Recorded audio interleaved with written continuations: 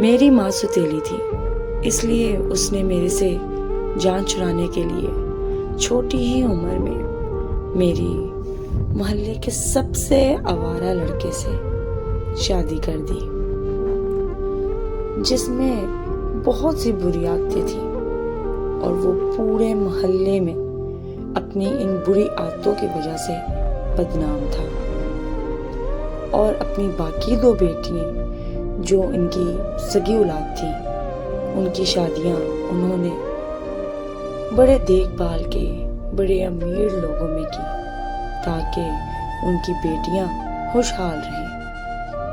मैंने बहुत सख्त दिन गुजारे, लोगों के घर में काम भी किया ताकि गुजारा करूं। फिर अल्लाह ने मुझे बेटी से नवाजा। इसी तरह साल गुजरते रहे। मेरी बेटी के बाद मेरे शौहर में कुछ तब्दीलियां आने लगी। वो रोज काम की तलाश में निकलता और कुछ ना कुछ घर लेकर आता। इस तरह करते करते इसे मेहनत की आदत हो गई।